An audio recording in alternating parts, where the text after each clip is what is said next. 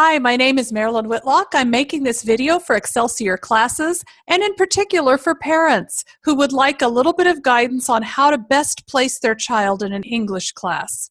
I'm going to focus my discussion on the secondary years. So from about 4th through 6th grade in English, normally students would be mastering the parts of speech. They will be reading young adult novels that are fairly contemporary in their setting. So as you move into the 7th grade level, the secondary years, I think there are 3 areas that each parent should consider. And the first one is their reading comprehension level. So at the 7th grade level, typically a shift is made between contemporary literature to classic literature so that the student has a good, strong background in literature of the world and various time periods. So at the 7th grade level, you want your child to be able to read about 100 to 150 page short novel and to make that transition into classic literature. So a book that's fairly often is frequently taught for 7th graders is Mark Twain's Tom Sawyer or Huckleberry Finn, either one of those, but particularly Tom Sawyer. It's a little simpler in its themes than is Huckleberry Finn. So it's a great introduction to classic literature. The plotting and the language use is marvelous, but accessible for a 7th grader. Another book that's often taught at the 7th grade level is Treasure Island, a British work by Stevenson. So anything by Stevenson is great at the middle school level. Again, they're wonderful adventure stories, very gripping, but the vocabulary used is accessible again for middle school level students. So you want your students to be able to read novels like this as they come into the 7th grade. In the area of grammar, they should know their parts of speech when they enter 7th grade classes. So you want to make sure they know what an adverb is, what a pronoun is, what an adjective is, and that they can spot those things in a sentence. So in the 7th grade year, what will be added to that is usually a knowledge of phrases and clauses in particular. So they will go from perhaps knowing what prepositional phrases are to also understanding that in our writing and our speech, we use participial phrases, infinitive phrases, gerund phrases, and appositive phrases as well. So at the 7th grade level, they should be learning to recognize those phrase types. They should also learn to recognize the 2 basic kinds of clauses, independent and dependent. And grammar, whenever you study, it's not just for its own knowledge, although for somebody like me, that's a lot of fun anyway, but it really is to help your student read and write with more proficiency. So those are the grammar elements you want to look for 7th grade. And in writing, when they enter 7th grade, they should have the ability to write a strong paragraph. That means they should be able to start their paragraph with a topic sentence and follow that with 3 to 5 sentences that supply specific details proving that the topic sentence. While they're in 7th grade, they should be learning to write a 5-paragraph essay. The 5-paragraph essay is a very basic academic form that can be varied in many different ways. So it's a good thing for students to master that early on in their secondary level career. So then, as they move into 8th grade, their literature should become a little more complex. So a classic that's often taught to 8th graders is Tolkien's The Hobbit. It's a very accessible story, it's fun, but the language use is a little more complex than what's typically taught in 8th grade. Tolkien was a master of language, shows up in his books. In grammar, they want to continue adding and building on what they already know. So their analysis of phrases will become a little more complex. The phrases get longer. Sometimes multiple phrases are used together. And they're still working on being able to recognize both the phrases and the clauses. They also should start to become more familiar with the fact that it's very important to use pronouns well. They want to make sure they can use clear pronoun reference in their writing and avoid modification errors. Those are things that are typical at 8th grade level to study as well.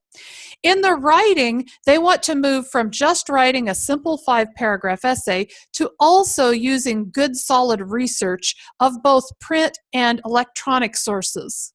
So that's a big skill to learn at the 8th grade level. And they want to be able to incorporate all that in one of the accepted styles.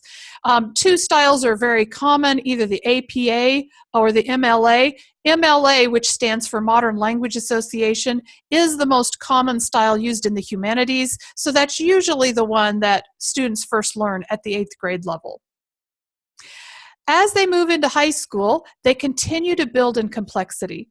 In their literature selections, the big difference, I think, is the complexity of the plots increases, the use of very academic vocabulary increases, and the maturity of the themes. So one thing to be aware of, if you have a gifted child, that child may be able to read literature whose themes really are not perhaps appropriate for age level. So be careful about placing a gifted child too far in advance in literature, because the themes that they may be reading might be ones you wouldn't really want them to be exposed to at that point. So they may be reading things like, here's a classic for the younger high school level, John Knowles' A Separate Peace. This is beautifully written. It's not particularly difficult to read for most high schoolers, but the themes are quite mature about dealing with war and death in World War II. So this is a great example of the kind of novel that you might read as a young high school student. Another that's commonly read is George Eliot's Silas Marner, a lovely story with, again, mature themes about abandonment, the power of love, loneliness, all fairly mature themes, a beautiful novel for the early elementary year or early high school years. In their grammar, in the high school level, they are continuing to build complexity. That aids them both in their own writing and also in their ability to analyze others' writing. So they're using multiple phrases and clauses now. They should be learning that clauses, even the dependent clauses, are of different types. There are noun clauses, there are adjective clauses, there are adverb clauses. They also usually become aware at the high school level that both phrases and clauses can be elliptical, meaning that some of the words are implied rather than actually stated. We do that all the time in our reading and writing, so it's important that eventually students understand that. But that's usually most easily grasped as an older student. In writing, the big goal for high school is to be sure they have mastered academic writing. Since academic writing is, of course, what they'll be required to do in college, and even if they choose not to go to college, it's helpful in business as well. Because in academic writing, what you really want to be able to do is make an argument and defend it. There's a lot of research that shows many young adults in the United States lack that skill.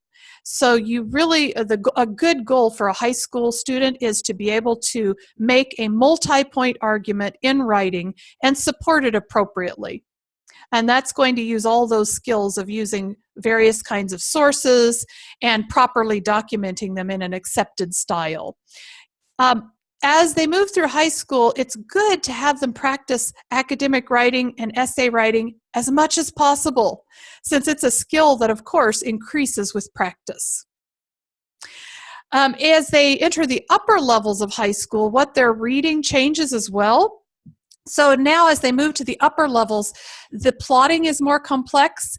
We want to make sure that they know how to recognize various elements of literature for analysis purposes. So a common book would be something like Moby Dick or The Scarlet Letter. Both of those books are very rich in symbolism and imagery. So those are two good books for students to learn and to study at the upper high school level. A great one that's very fun but beautifully written is science fiction. Ray Bradbury's Martian Chronicles. Lovely use of language and usually very engaging for students. A good read at the high school level. And finally, students want to gain a sense of the development of the English language over time while they're in high school. So it's good to take And not just the English language, but actually literature in general. So you want at the upper years for them to study some of the classics, like the Odyssey, the Aeneid, Beowulf. So those classic epics that go back to some of the earliest time periods that we have written language for. And then when we move into English, starting with Beowulf, they'll go forward to things like Canterbury Tales, which students can read in Middle English. It's a challenge, but once they've read some Middle English, it really gives them a strong idea of how our language has progressed. And of course, I'd say any English education is not complete until you've read some Shakespeare. So I recommend A Midsummer's Night's Dream as a very accessible play. It's funny, the plot is engaging, and of course they get the beauty of Shakespeare's language and the brilliance of his playwriting as well. And finally, it's good to give the student a sense that there's beautiful writing all over the world. So world literature is a helpful element to include too. One of my favorites in world literature is Cry the Beloved Country by Alan Paton. It's a beautiful story of a Christian pastor and his family set in pre-apartheid or in the apartheid era South Africa. So I hope this little run through the world of English classes is helpful to you. I would love to answer any questions you might have. My email address as well as my cell phone number is on the Excelsior class website, and I'd certainly welcome any questions you might have. I look forward to hearing from you.